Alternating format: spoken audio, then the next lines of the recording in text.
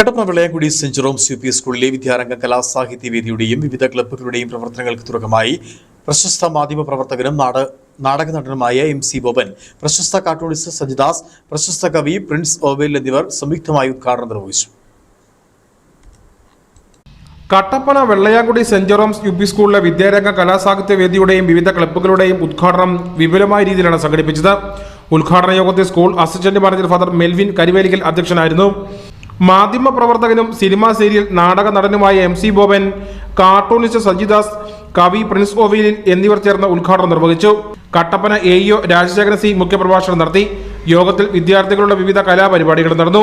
School headmaster Binoy Mathew, PTA president James Varghese, MPTA president Jincymol TH എന്നിവർ സംസാരിച്ചു. അധ്യാപകരും വിദ്യാർത്ഥികളും രക്ഷിതാക്കളും ചടങ്ങിൽ പങ്കെടുത്തു. News bureau, Kattappana.